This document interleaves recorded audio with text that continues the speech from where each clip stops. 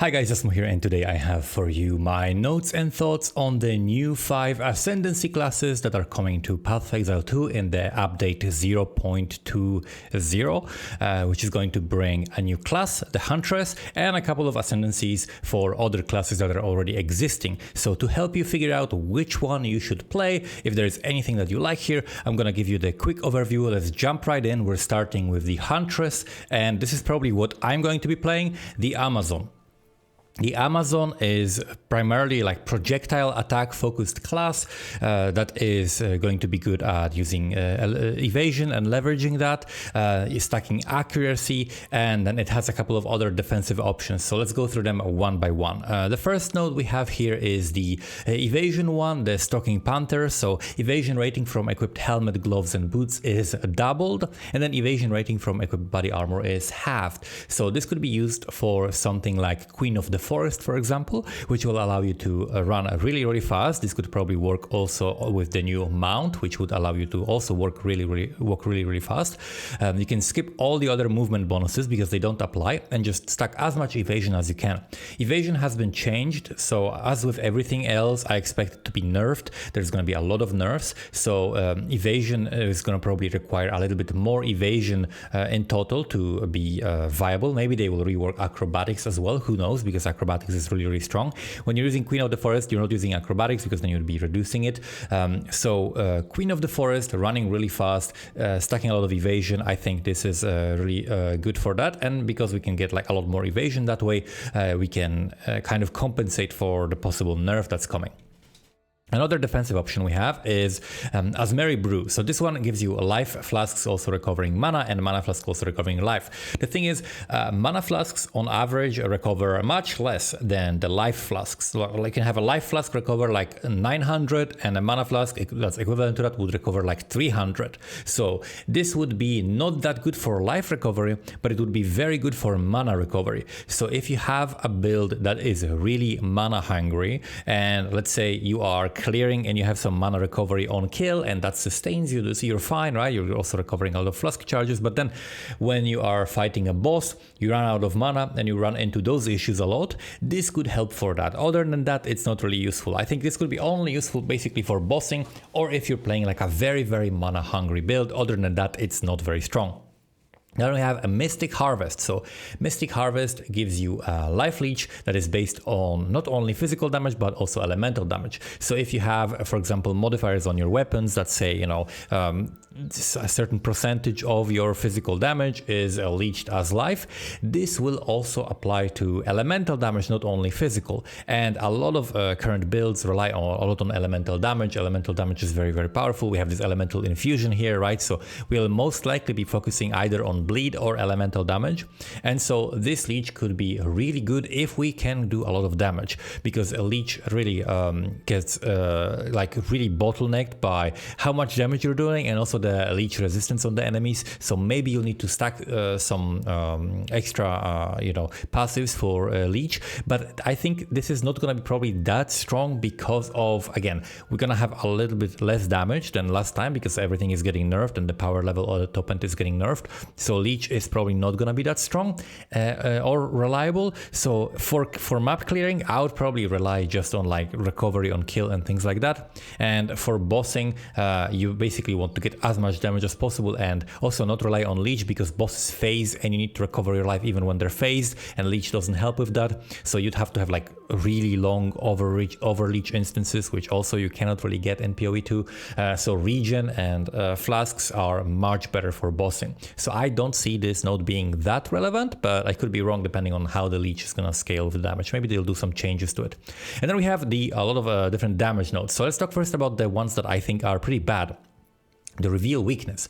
I think reveal weakness is relatively bad, again, unless you're focusing purely on bossing. If you're focusing purely on bossing and you're doing some ailment related stuff, where you're doing like just one big hit and then long ailment, you could possibly time that to be within the weakness range. But I think that's not going to be very reliable. And the movement speed bonus that you get and the skill speed bonus that you get is only available to you while you have monster on your screen, like kind of in the center of your screen, in like half a screen range that has the weakness, and these can be only rare or unique monsters. And of course, you're not going to have that all the time while you're mapping, so it's not going to be very, very consistent, right? It's going to be something that you get like a slight burst of speed while you are around a rare monster that you maybe need to stop next to it to fight it, so you're not even benefiting from that movement speed that much. So I don't think that's very good. I might be wrong, but I think this is probably one of the weakest nodes that we have, the in for the kill and the predatory instinct. The reveal weakness does not seem like it's a very strong set of nodes unless we can somehow modify it, but it just doesn't seem really good. Then we have the elemental infusion. So elemental infusion seems really good, and it seems really good for clear because it gives your weapons, your projectiles, like an explosion at the end. And it's going to be elemental explosion, fire, cold, lightning, depending on which charges you're using. So if you have power charges, endurance charges, or frenzy charges, and if you consume any of them, so you have skills that use them, which it can be even accomplished by like supports, right? You can just socket a support that's gonna allow you to consume these charges. There's lots of different combos that's gonna be possible, so it's not gonna be a problem to consume them. And generating them could be done, for example, by freezing or electrocuting, right? There's a lot of different things that you can do to generate charges. Not only the parry stuff, which I think might be relevant for early game, but maybe not much more than that. So we're probably gonna use something like combat frenzy or something like that monk uses, that allows you to generate charges, and then you can either use power charges or frenzy charges, and then you can get these big explosions that have 600% of your attack damage. So this is like Herald on crack, basically. It can be huge explosions. I think I might be definitely looking into that with the focus that I'm going to be having in this league, which is going to be Expedition. I'm going to be focusing a lot of Expedition because of the new crafting. I think this could be decent for that. Other options like Bleed and Herald of Bleeding, like Herald of Blood, I think gives you explosions. I think that could be another good option. But yeah, this could be really, really good for clear. And then we have the accuracy stacking staff, which looks really strong, looks very, very solid. So the accuracy staff is very difficult to actually evaluate because it depends on the accuracy formula and stuff like that. The accuracy node that is granted that you take first, the critical strike, gives you a chance to hit with attacks that exceeds 100%, gives you additional critical strike chance that is 25% of the excess chance to hit with attacks. Very, very complicated wording, but basically what it means is if you have chance to hit, let's say 120%, then you're getting extra 5% crit. And that crit, from the wording, it seems like it's extra flat crit, right? So extra flat crit added to whatever critical strike you have. So you're getting like maximum, I think, extra 12 or 12.5%, well, realistically like 10 actually, because the accuracy formula works in a way where it has a limit of 150%, right? So if you have infinite accuracy rating, you get 150% chance to hit. So realistically, you're gonna have like 140 or something with a lot of accuracy, and that would give you like a 10% extra crit chance, which is very decent. And then you also get penetrate. So attacks with your weapons have added physical damage equal to 25% of the accuracy rating on the weapon. And you can get like maybe 800 accuracy on the weapon, something like that, if you get decent rolls, plus the runes. We also have the new greater runes that can potentially give you even more accuracy on the weapon. And that accuracy is gonna be basically 25% of that is going to be added to your attacks as flat physical damage, which is just extra flat damage. It's always good to get sources of that. It's a huge amount. If you had it like on your gear somewhere, like 200 flat physical damage on your ring, that would be insane.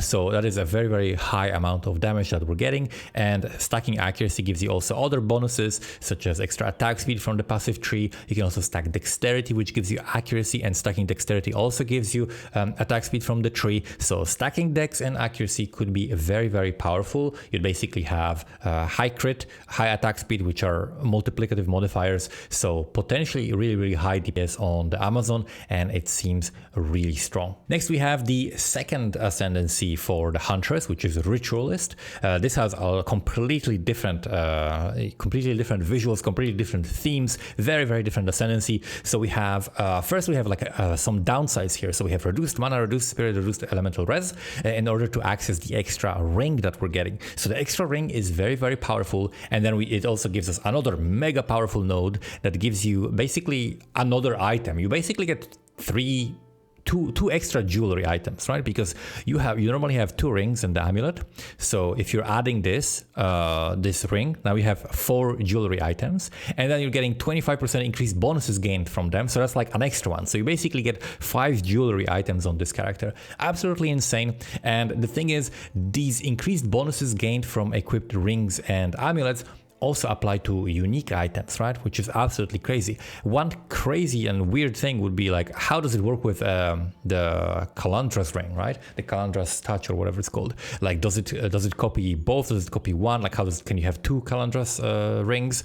That'll be very interesting to see how that works. But yeah, this is very, very strong. And the downside that I would pick probably would be the -2 elemental resistances, right? Because it's super easy to compensate for that. It's not really percentage. Like the percentage of elemental resistances acts kind of like flat. It doesn't scale in the same way as like a percentage reduced spirit, right? Because the more spirit you have, the worse it is. The more mana you have, the worse the reduced mana is. But the more resistance you have, actually, the easier this is to compensate for, right? So probably the reduced elemental resistances would be the downside that everyone will be picking. And then, of course, the rings are absolutely insane. Everybody will be going for that. Next, we have Wildwood Persistence. So this is 5% increased life recovery per 5% missing life. This could be really good with Recoup and things like Defiance of Destiny amulet potentially, but you would need something for the one-shots, right? It would be very, very hard to kill your character with like a lot of Recoup and Defiance of Destiny, things like that. It would be virtually impossible to kill your character if you're not like doing at least, I don't know, like 30% of your life. If you're not taking like at least 30% of your life in one hit, you're basically immortal, but you know, big hits can still kill you. So you would need something to deal with the big hits and with the one shots. If you can deal with that, you would be virtually immortal. So this is a very, very powerful defensively if you combine it with different like instant recovery mechanics and things like that. And then we have another modifier that is for charms. So we have +1 charm slot, which is like whatever, that's not that impactful. But then we have like absolutely game-changing passive here, Mind Phylactery. So you can consume your maximum mana to trigger charms instead of charges, which means doesn't matter how many charges you have, if you meet the conditions, whatever are the conditions for the charm to trigger, you can just perma-sustain it, which is absolutely insane because they're, for example, adding a unique charm that gives you onslaught, and they're also adding a crazy unique charm that possesses you with a random Esmeri spirit, like the Wisps. So these Wisps have different modifiers. The purple ones give you extra life and stun. The blue ones give you extra cold damage and ES. And the yellow ones, probably the strongest, gives you extra crit and evasion. So you could potentially run that permanently if you make a character that can benefit from all of them, because I think it possesses you with a random spirit. And it also depends on the duration, right? Is it for the duration of the charm? Is it for a certain duration? Could you have all 3 of them and sustain them permanently? Like if you get 3 of those uniques and they all give you each spirit and just have them perma on, that could be something that's doable, right? So I suspect there will be a build that abuses unique charms with this Ascendancy, and it could be really, really strong, could be absolutely broken, right? It depends on exactly how these charms trigger, what are the conditions. Next we have Ritual Sacrifice, and so you can sacrifice yourself. You basically press a button with a cooldown and then you give a random monster modifier to your character, or you can sacrifice a monster that is on the ground, like a rare monster, and get its modifiers. So that is really, really strong for mapping potentially. It's, you know, like a headhunter at home kind of thing, but there is a potential insane interaction with another skill, but it all depends on whether that works, right? So we have a skill now where we can summon a beast companion that is a specific rare monster with the specific modifiers that it has, right? So let's say you find a monster that has haste and physical damage aura, right? It has these 2 auras, right? It has haste aura and physical damage aura or whatever. You get that beast. You put some stuff that like to lower its life and just kill it off very quickly. It dies immediately, right? You make it degenerate life and die. And if it leaves a corpse that you can interact with this sacrifice, then you can steal its modifier, and the beast is gonna get resurrected in some time, right? Like permanent minions get resurrected after a bunch of like 5 seconds or 10 seconds or something like that. And then when your buff runs out, you just do it again, right? So you can have potentially these permanent buffs that you're getting from the beast that you're stealing yourself, right? So that could be an interesting way to abuse this as well, right? It could potentially have one person feeding that to another person, right? There could be some crazy interactions with that, but yeah, that's very, very interesting to look at. Other than that, it could be just decent for mapping to have that. And then we have the last skill, which is the Blood Boil. So Blood Boil basically works in a way where in your area, like around your character, you're applying debuff to characters. That debuff does nothing until a monster dies. When a monster dies, then it triggers these debuffs around him, and these debuffs that were on this monster, depending on how many, it's going to apply stacks of corrupted blood. So essentially, if you're nearby monsters, you're applying the debuff. If you kill the monster, then the monster dying applies corrupted blood to surrounding monsters, and that can give you some extra clear. I think that would be very, very difficult to scale. It will be potentially just like low damage, like a little bit of extra chip damage. Doesn't seem that impactful, but it could be something that could be abused. Like if you can do some kind of like warm flask tech in PoE 2, that could be crazy. If you could use, for example, some kind of a really high single target skill that struggles with clear, this could potentially help you with clear, right? If you're playing like some like snipe bleed type of character or something like that, and you're struggling with clear, you want some extra clear, you can do that, and like Herald of Blood, that could save your that would help you with your clear, but that's basically it. Very interesting ascendancy, very game changing and very different than all the other ascendancies. Next we have the Lich. So the Lich is a very, very powerful ascendancy from what I can see. It looks absolutely insane, and it looks very versatile. It looks similar to Occultist from PoE 1, and I suspect that it will be played in a lot of high-end builds because it has a lot of really high and generic damage multipliers. So we have like Unholy Might, for example, that gives you like 30% extra damage as chaos. We have Curse Effect. We have things like 25% more damage on consuming power charges, right?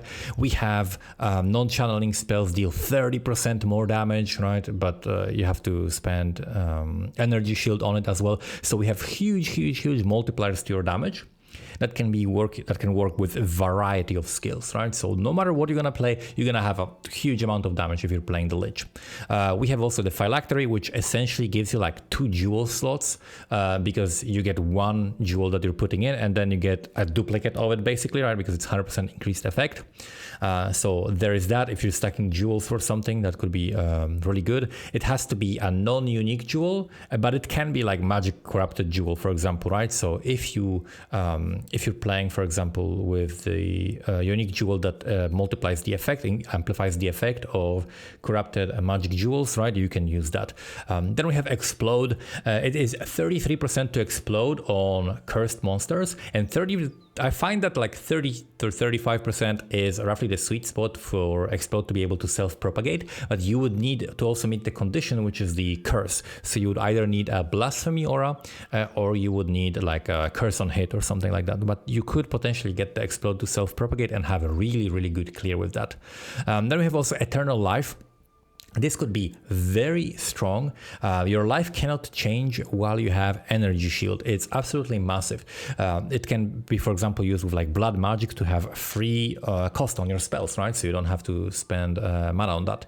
That could be combined with a lot of other things that increase your mana cost, but then you don't care about your mana cost because you're only dealing with the life cost, and the life cost is basically not being spent, right? Because your life cannot be changed until you lose your energy shield, and then you suddenly kill yourself with 1 spellcast.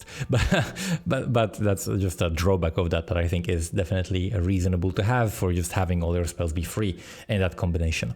And it can also work very well with things like the Soulless Form, right? Which gives you 10% of your damage bypassing energy shield, which basically means that it's just 10% damage mitigation if you have the Eternal Life as well, because you're not losing that life. You're only losing now 90% of the damage as your energy shield. There is also a lot of modifiers here to mana regeneration and energy shield. So we have, for example, regenerate mana equal to 6% of your maximum life per second from the Soulless Form. This could be very useful For other modifiers, such as the Necromantic Conduit. So we have you and your allies have Unholy Might while you're not on low mana, but you lose 5% of mana per second. If you have a lot more life than mana, then you could just rely on the Soulless Form, because normally you have 4% of your maximum mana regenerated per second, but if you're using 6% of your life and your life is higher, then you can completely compensate for that Necromantic Conduit mana loss. So that is absolutely possible to counteract, and you just get a lot of damage. You can also give this damage to not only your minions, if you want to play with minions, but also other players, because it says you and allies in your presence, which accounts for your party members. So you can make an aura bot potentially, or a curse bot that is also stacking mana to increase the magnitude of Unholy Might, because that increases with the maximum mana. Per 100 maximum mana, you get 4% increased magnitude of Unholy Might. So you're giving your allies damage through that, and you're also focusing on curses. You have a couple of curses. They can affect hexproof monsters. So if people are playing in a party, then they're definitely going to be looking into making a curse bot Lich, with also stacking mana to give a lot of Unholy Might to the allies. But a very, very strong Ascendancy. I would definitely recommend, if you don't know what to play and you want to play a new Ascendancy, definitely Lich is going to be very strong. And next we have the Tactician. The Tactician is a crazy combination of a lot of different things, and it could also be played as an aura bot. So we have persistent buffs have 50% less reservation if there is any that you can apply to your allies, or anything that you need to take advantage of that has to reserve your spirit. You're also getting 8% increased spirit, so huge amount. You can rely on buffs, you can combine so many buffs. You can play, for example, some kind of a trigger setup where you reserve a lot of buffs to take advantage of that, and you can use a lot of support gems to reserve even more. So this is huge. The solid plan node is insanely strong, so definitely very, very, very strong, not to be overlooked node. And then we have things like allies in your presence gain added attack damage equal to 20% of your main hand weapon. So that is again another thing that you can use in a party or with minions, so you can be like an aura bot with a very slow and high top end weapon.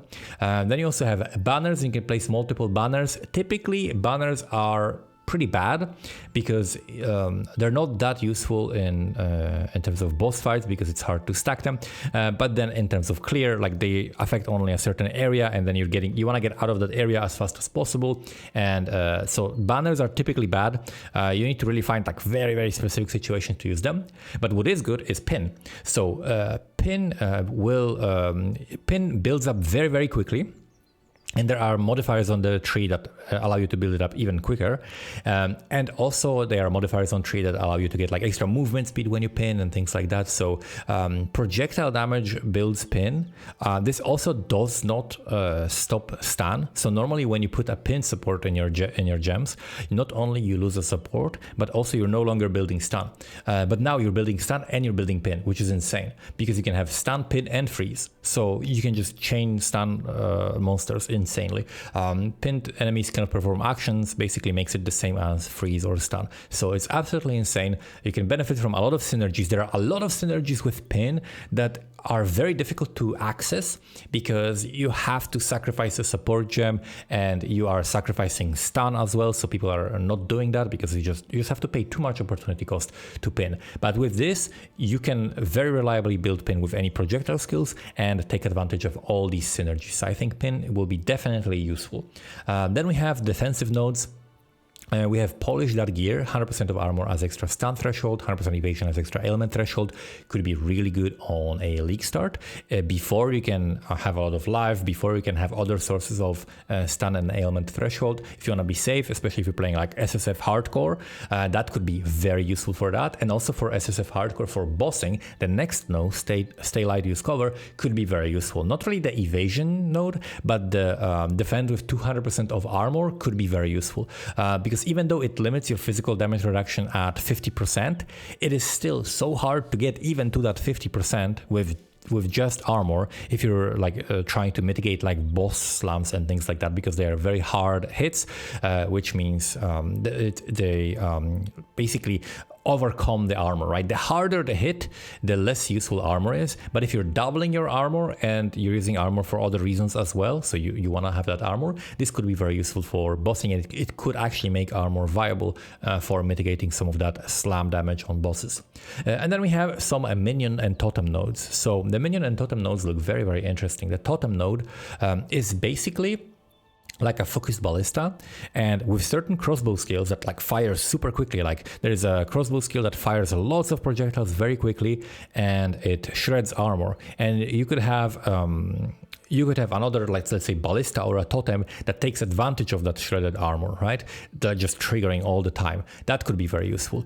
There's just so many different skills that are going to be added to the game later that are going to take advantage of that. So even if now we cannot like find great combos with this, I'm sure in the future there will be some insane combos with that. So Cannon's Ready looks definitely really strong. It's like having an extra really good support gem in your skills. Sounds really, really strong. And then we have the supporting fire, which is a minion skill, and it fires a bunch of arrows over an area. And from what we've seen from the preview, it does it for a pretty long duration, and it probably has a decent cooldown as well. We cannot see it really here because it wasn't shown, and it wasn't shown also in the footage because the skill was like grayed out because it was still firing. It just kept firing for like 10 seconds. So it could be something that you want to use on a boss fight, and if you can get something like second wind or whatever, like some kind of a support that allows you to use the skill multiple times but have a longer cooldown, you could also use that for clear potentially. So we'll see how that is used best, but it sounds like a pretty interesting skill, definitely something different than what we had before, and I would expect it to be like a cooldown that you use on bosses and things like that. And the last ascendancy that we have that is very, very powerful, but not necessarily in the damage department but in the tankiness department, is the Smith of Kitava. So on this ascendancy you can very easily reach 90% max res for all resistances, and it's very easy to get your res because you only have to stack fire res, and that gives you all of the other resistances at 50% of the value. So it's absolutely massive how much res you can get on this, and it's going to be very, very easy to deal with elemental damage unless there's penetration. And then we have these very powerful notables for the armor that you can craft. The other notables, like for example the manifest weapon that gives you like you just can spawn your weapon as an animate weapon, that seems really weak. It probably is going to be very bad to scale unless you already happen to be using a weapon that has some kind of an aura. So if you're doing that, then you can benefit from the weapon also having that aura and affecting you. That could be useful with some kind of a unique. But outside of that, I don't think that's going to be very useful. Then we have the temper weapon, gives you some kind of a buff. You have to channel, you get a buff. Could be good for a single target for bosses. We're gonna see like what is the channeling time and how much damage it gives you, and basically evaluate whether that's worth using or not. Hard to say without any numbers on that. And then we have the fire spell on hit. So basically whenever you attack, it's probably gonna have a 0.2 or 0.25 second cooldown, and it's gonna be good for using different synergies, right? So it could be something for debuffing or taking advantage of like doing a lot of hits, right? If there's something that you apply a debuff and then anytime you hit with something else, something happens, that could be good for those kinds of synergies. But the most interesting part of this ascendancy is definitely the Smith's masterwork. So you can only wear normal body armor, but you can basically build like a crazy unique chest. And I saw a lot of people just like completely not misunderstanding how this class works, because a lot of people are saying, wow, you can use the fire resistance tantalum alloy. What even is that word? You can use the fire res node tantalum alloy, and you get so much fire res, and then get your fire res, and that's like probably the stupidest use of this or like of the Smith's masterwork that I can think of. You don't need resistances. You don't need any more resistances. Your class has insane amount of resistances already. You cap your resistances just by default. Just equip 2 fire rings, right? Like ruby rings with some fire res on each of them. Have fire res on all the other gear, and you have like, 200 overcapped fire res. You get max fire res. You get so much resistances by just doing that on your gear, on all the other pieces of gear, because you don't need so many of the other resistances because you just get them by default. So those are just like useless nodes. The body armor grounds plus 75 to cold, fire, and lightning res, you never want to pick that. Those are like You just never click that.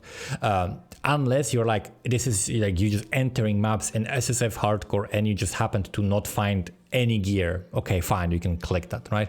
But past that point, if you have like an actual build, an actual character, you never click that. You click all the other insanely powerful nodes. So the powerful nodes, in order of from how powerful they are, would be probably the body armor grants 25% phase from hits taken as fire. 25% phase taken as fire is insane. That already, like if there was a unique with just this modifier, people already are wearing that, okay? So people already want that, it's huge. Then we have also body armor grants. Armor also applies to chaos damage taken from hits. There is lots of sources of chaos damage, and because how ailments scale, if this chaos damage also applies poison, the poison is going to be lower if the hit was lower. So that is huge as well. So chaos damage armor mitigation is really, really powerful. And then we have things like 20% increased strength or 50% increased life. So if you get those two, you get an insane amount of life as well. So you get insane amount of life, insane mitigation for fizz damage, insane mitigation for chaos damage, and the other nodes are already taking care of elemental resistances. So that's probably what I would go with. Another good nodes also can be, if you don't have any other source of that, you can get the crit reduction, or you can get the regen, and that's it, right? The other nodes, useless, completely useless. Like being unaffected by Ignite, who cares? Just you have 90 fire res, who cares, right? Ignite doesn't do anything to you. Body armor grants the armor applies to chaos, reduced crit, 25 fizz taken as fire, and increased strength or increased life. Insane modifiers, insane modifiers. The +5 to maximum fire res is absolutely useless.